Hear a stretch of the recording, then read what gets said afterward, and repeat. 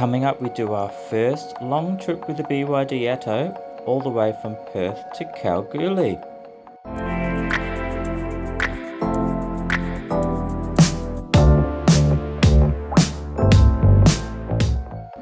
Welcome back to Finding G-Spots, and yeah, Iris, my wife, has just bought a brand new car. There she is, she's very happy, and thank you very much to the guys at BYD in West Perth. And yeah, the car's proving to be very popular. Look at all the ones they've got there in the yard, and we saw quite a few already sold inside the dealer there.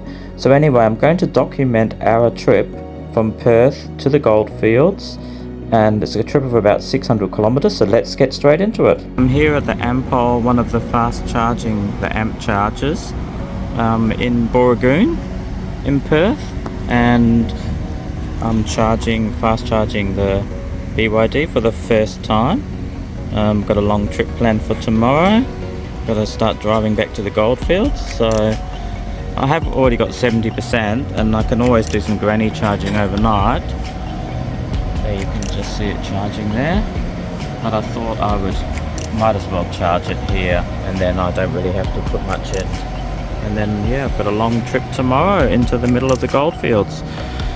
So yeah, it's pretty good, these AMPChargers. I've never had an issue using them. I use them on my Mitsubishi Outlander as well, my plug-in hybrid, and they're pretty easy to use. You just got to download the app, put all your details in, and then when you get to the charger, you can either scan it or enter it in, start charging, plug it in, it'll communicate with the car, and then away you go. So yeah, just gonna sit here and chill out for a little while and charge it up, maybe go and get something to eat.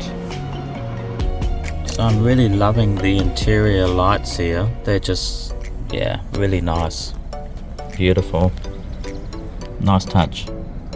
I've got my esky all safely and secure in the front with the seatbelt on.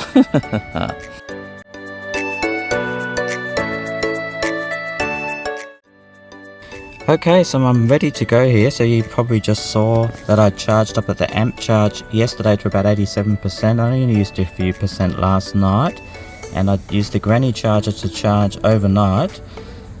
So back up to 100%. We did just go down to a park and I used 1%. So we're almost at 100%.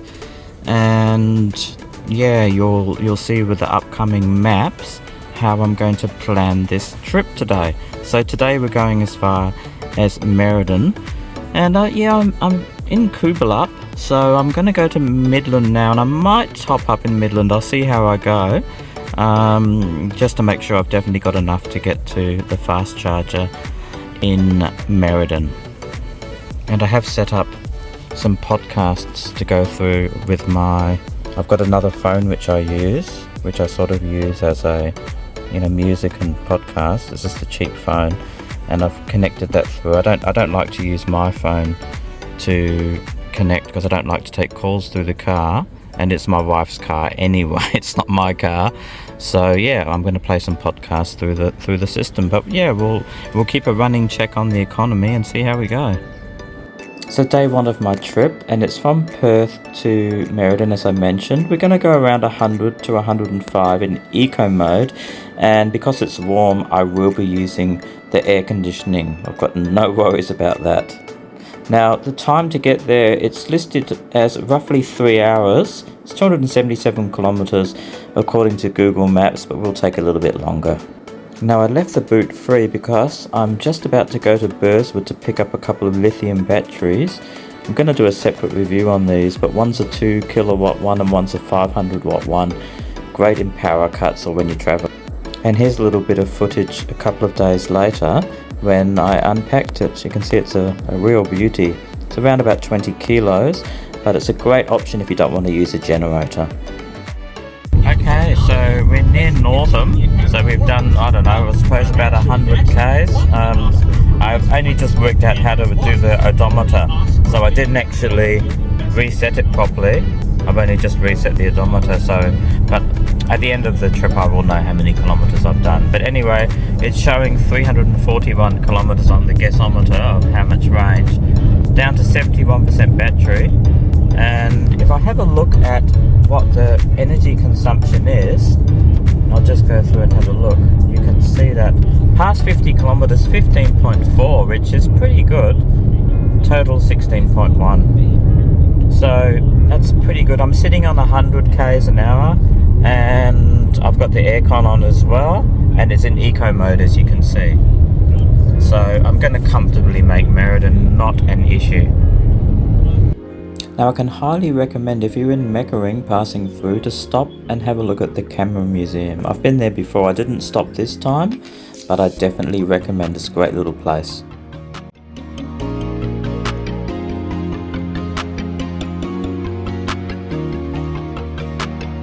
Okay, going to try this again. So I'm going to try holding down the fob, the bottom button here, because supposedly you can have the car running cooling. So it's sort of like a pre-entry function, or if you want to leave the car on a hot day or so on running for a short time, or even a longer time, I suppose. So you hold this button down here at the bottom of the fob for a few seconds. Now you'll see now that the mirrors have come out, the lights have come on. The lights have come on here at the front. And now what you should hear is the compressor come on for the air conditioning. So you should hear it now, the car starting to cool. You can hear the radio started to come on. Now what I'll try to do now is I'll try locking the car. So I heard a noise there, and I'll see now if the car is locked. Right, so even though the mirrors are out, you'll see that the car is actually locked, and now it's in this mode. So nobody will be able to go into the car, but the car is running the audio on the inside, it's running the fan, and you can see it's got these lights on, and you're going to burn up about 1 kilowatt every half an hour, according to BYD, to run the car in this feature. So it might be handy to do, certainly as a pre-cooling or pre-warming option, but also, you know, perhaps if it's a warm day, or like me, I'm here at this lovely lookout in Cunderdin, Western Australia. I'm just going to go for a little walk. I'm going to put my drone up and take some footage, and I'll leave the car running in cooling mode because it's pretty warm today. It's high 20s, low 30s or so.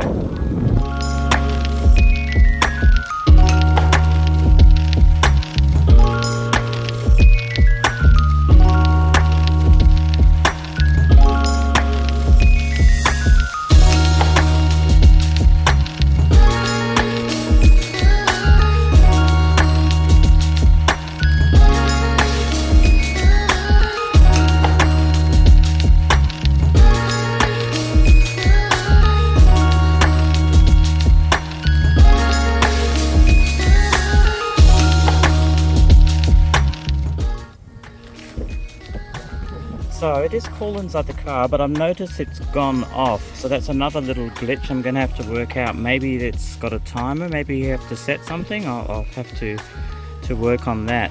But anyway, I had a nice stop here, and I'll do an update now for you where I am and the economy. So I'm back in the car after doing a nice walk here at the Cunderdin Hill.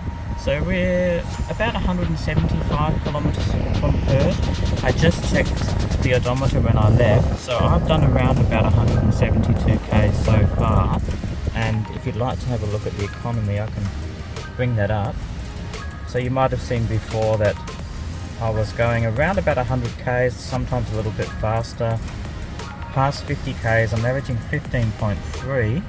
and the total 16, and that's so far for a trip, like I said, of around 170 odd kilometers.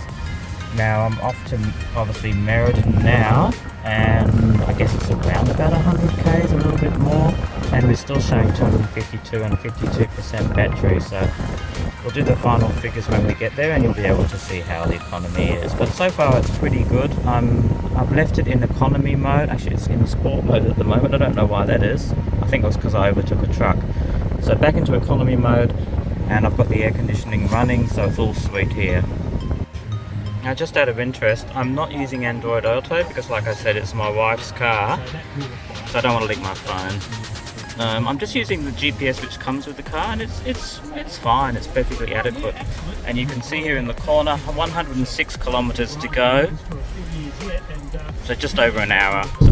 So Okay, so we're driving between Cunderdin and the little place of Tammin, little town of Tammin, and you can see we're right next to the pipeline, the water pipeline. So if you're not aware, if you're not from WA, you may not be aware, but there's a massive engineering project which was done in the early 1900s where they pump water all the way from Perth in Western Australia inland 600 kilometres to Kalgoorlie, and you're right next to the pipeline here. You can see it. It's quite an engineering feat, and it supplies water to many inland towns of Western Australia. Okay, so the trip ended up being 275 kilometres today from my accommodation in Coolbellup, the suburb of Coolbellup, and of course I didn't charge at all on the way, and you can see the battery is at 26% with a range of 123 left. And if I go, you'll see for the past 50 kilometers I was using 16.1, 15.9 average since we've had the car, I guess that is. So excellent. Now, bad news, unfortunately the fast charger at the accommodation here, the host has said that it's tripping out the fuses, so I'm being forced to use my granny charger here. I'll just turn this off and let's go out. And I just learned something. I did just try plugging it in for a few seconds, and it's a bit different to my plug-in hybrid. So once it's plugged in, I'll just wait for it to click. I just have to plug in the plug here again. So that's my extension cord coming out. You hear a little noise and it will click, and then actually you can't pull the plug out. I guess if you really could, you might be able to force it, but you can't actually pull it out. So that's probably a safety thing, or to stop people from unplugging you once you're charging, which I think is a great idea. But again, of course, I guess if somebody really tried, they could probably force it out and do some damage, but hopefully it will dissuade people from doing stupid things like that. Now if we go inside, you'll see that it's showing a charge time of 31 hours. Now you might wonder, what am I going to do? How am I going to leave Merredin? Well, good news, Roy just told me that the fast chargers are now up and running at Merredin. They've been up and running since Monday, so just 4 days. And he's got an EV himself, and he said he was the very first person to use it. He charged there on Monday. So I'm going to go there into town later on tonight and see if it's actually working. And if by some reason it's not all going to be an issue, because I'm going to be in Merredin tomorrow night too at different accommodation. That's a bit of a long story, but I'm going to be here tomorrow night too, and then I've only got a short trip to Southern Cross planned the day after, which is only about 80 or 90 k's from here, and I can granny charge there too. So I won't have any issues. Now if the fast charger is working tonight, that's great, because it means tomorrow I can do a bit of a day trip and go and explore the region like I would if I was driving my other car, which is, you know, a plug-in hybrid, and I've got the petrol backup. So hopefully it's all good news and I can fast charge here tonight. And so I'm at the brand new WA EV network charging station in Merredin, which has only been open since Monday, so just a few days. And Roy, my host, said he was the first person to fill up here. So I'm charging, and as you can see, it's in a nice, reasonably shady spot. They've got 2 chargers here. I believe they're both CCS2s. And also over here, you've got one where you can plug your own cable in. So I guess if you've got Chatamo, you could bring your own cable. And it needs to be a Type 2 obviously to plug in, but you can buy the ones which then go to whatever cable your car uses. And of course this one is through the ChargeVox app. And you've got 3 different options to use this. You can actually just use a credit card if you don't want to have the app on your phone, but the app's probably the easiest way to do it. Or if you've got one of those RFID cards, you can also use that. And you can see it gives you the information there. So we're up to 88 kilowatts, which is pretty fast.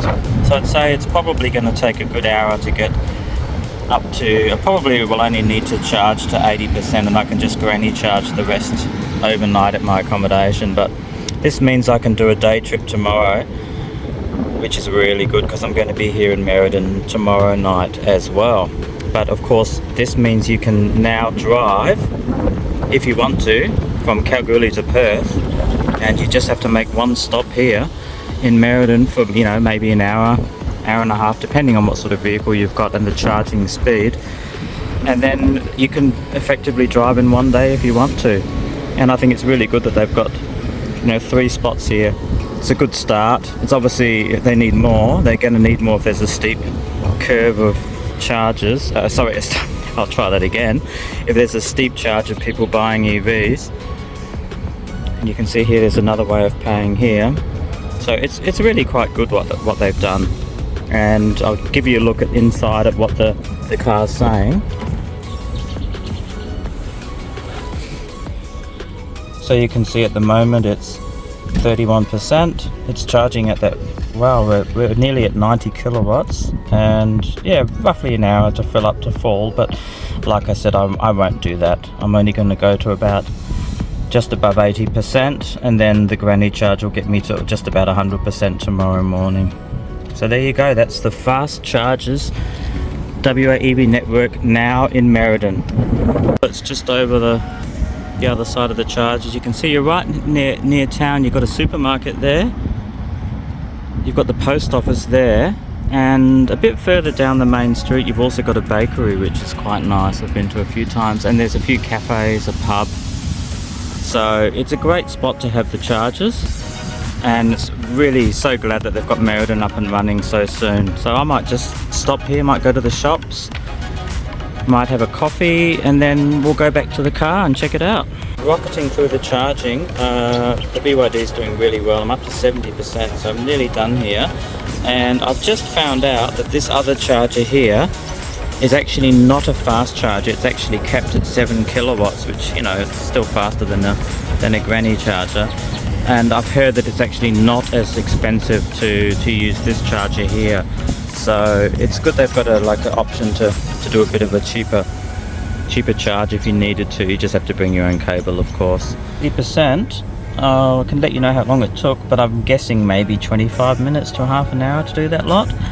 So in the end I spent 32 minutes there. So you can see I put in 37 kilowatts and it was $22.20. I think all these networks are around 60 cents a kilowatt.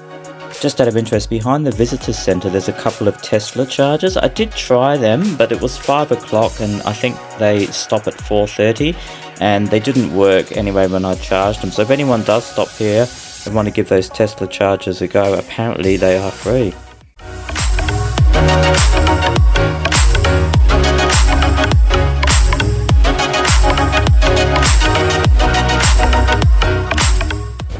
Okay, so with the granny charger again, let's check out some figures. So I always leave my steering wheel in the most awkward position, but hey, we'll work around that. So you can see I'm around 80%, and it's saying now 9 hours to charge, which is what I expected. So, you know, you don't have to charge to 100%. You can still use the granny charger if you're staying overnight somewhere, and you know, assuming you're okay to charge. And you know, most people would spend easily 10 to 12 hours overnight somewhere, and you know, you'll have 100% battery in the morning. So woohoo. And tomorrow that means I can do a trip somewhere out at Merredin and have no worries about running out of charge, because I can just top up with the fast charger if need be. Okay, so it's day 2 of my trip. I'm in Merredin, of course. I stayed here overnight and I granny charged my car back up to 100% from about 80 odd. Yesterday you saw I charged at the fast chargers in Merredin. So today we're going to do a trip out to Sandford Rocks, and I have to move accommodation today. It's a long story, but I'm staying at another place, and I'm sure I'll be able to granny charge there too, but I will have to do a fast charge if I go on a long trip today. So more of that later on. So according to Google Maps, it's about 43 minutes to get to this nature reserve at Sandford Rocks, and yeah, it's around 62 kilometres. So remotely controlled air conditioner running times I found in the settings under aircon, and I think that's for when you want to have your car running when you're not in it. So yesterday I noticed that it had turned off, and it looks like it's set to 10 minutes. So I'm going to up that to 30 minutes, and hopefully that will make the car sit there running the aircon for a bit longer. So I think that's the settings which I needed to change. Okay, so we're on our way to Sandford Rocks, which is, I don't know, it's about maybe 60-70 k's from Merredin, I'm not exactly sure. Now today I'm going to just try doing 105, and I feel like we've got a little bit of a headwind today, so I don't think the economy is going to be that good, but I'm just curious to see the differences in the kilowatt usage. So yeah, that will be something to look at later, so I'll keep everyone informed on how that goes. Left the highway, and I did have, it was more a crosswind rather than a headwind, but gee, there's been a noticeable increase in consumption. I mean, I'm off the highway now and I'm on smaller roads, so it's unlikely I'm going to do much more than 100, but yeah, last 50 k's it's gone up to 18.2 there on the car there, and you can see since I've left, since I filled up, 33.6 kilometers I've done, so there's a noticeable increase from just that short trip this morning. So I'd recommend, if there's high winds, yeah, probably stick to 100, I'd say, to make sure that you get the economy that you need.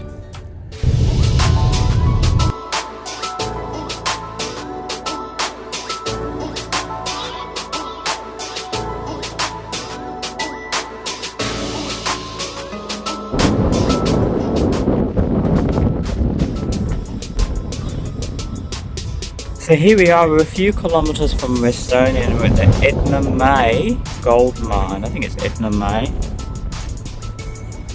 Yeah, very close to the little town of Westonia. And yeah, there's a pretty good look out here. I'm going to put the drone up and have a better look.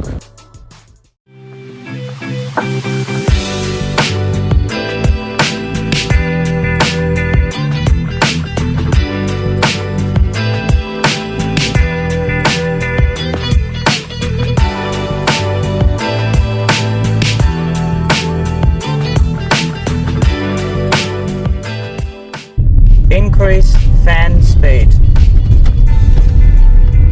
Okay, I've increased the fan speed by 1.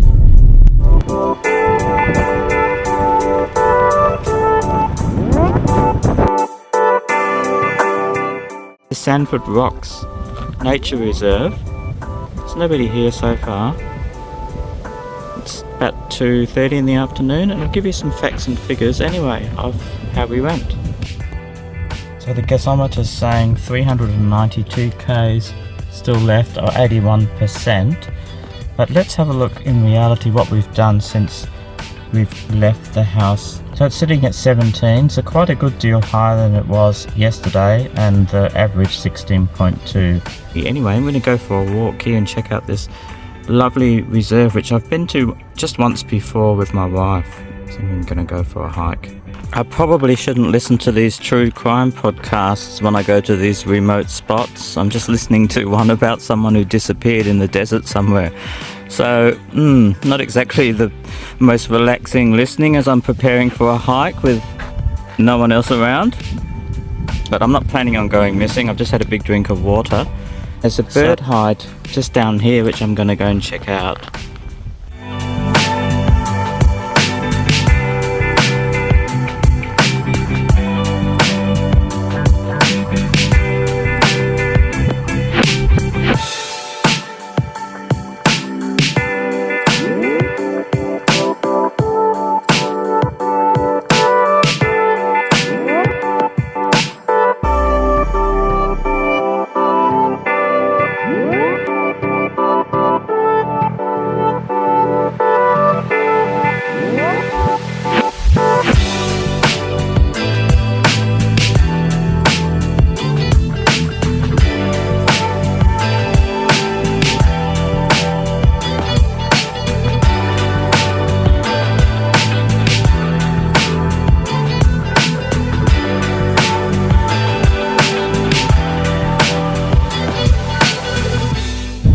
Okay, on my way back now to Merredin, and I think I'll probably just stick to 100, and I'm gonna top up the charge to about 75-80% when I get there. Okay, heading back to Merredin now, and pretty much it's the same way, 43 minutes. Alright, we've arrived at Merredin, back to the charger, and I can go over the figures. So we're down to 64%. We've done 130 Ks since a full battery. That's pretty much what I've travelled today. So I've done some back of the envelope calculations here. So I've worked out that 130 kilometres and I used 21.6 kilowatts of the battery. So a little over a third of the battery this morning. And if my maths is correct, that works out to be 16.61 kilowatts per 100 kilometers, if that's correct. A few hours ago I found out that the fast chargers were open in Southern Cross, so I'm gonna cut my trip a little bit short and leave this morning to go. It's just gone midnight, it's now Saturday morning, and anyway, my charge is about 96%, but I'm gonna top up to almost full when we get to Southern Cross and go from there. So yep, stay tuned and we'll have all the facts for you. So originally I was due to stay in Moorine Rock, which is about 80 Ks, but going to Southern Cross is a wee bit further, 109 Ks, and an hour and a quarter roughly. Okay, so I've done about 40 Ks since we've left Merredin, and just to give you an idea of how wildly different the consumption is, look at that, last 50 kilometers, 19.7, which is quite a lot.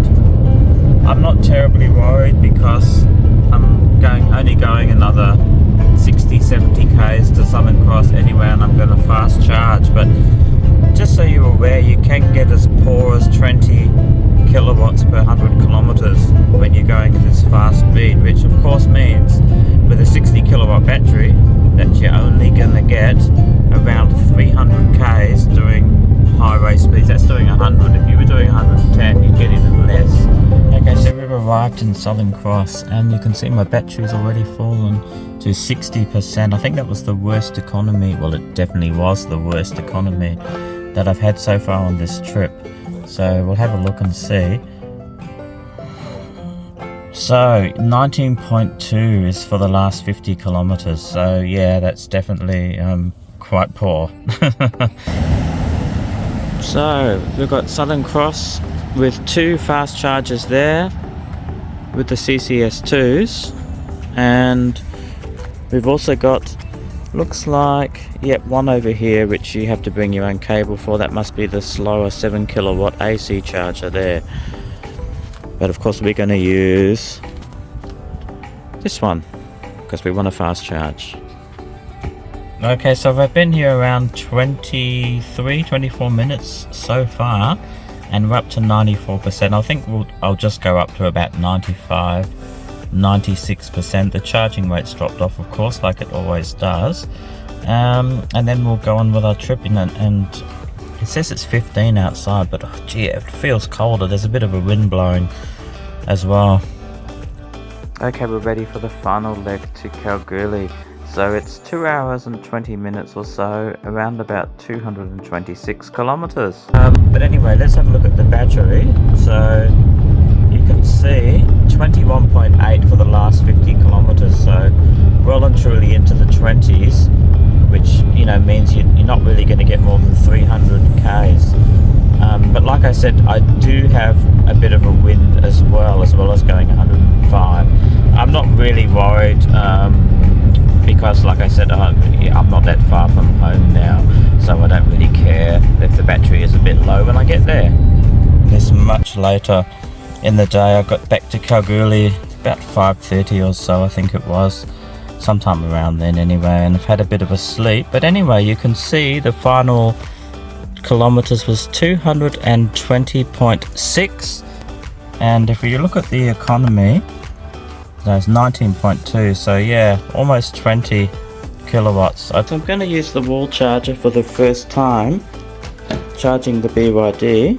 So now I have to change the cable over, because obviously this is a type 2, which is different to the type 1 I'm using for AC charging on my Mitsubishi. Right, so I've changed the cable over, and I've got this new cable which I bought from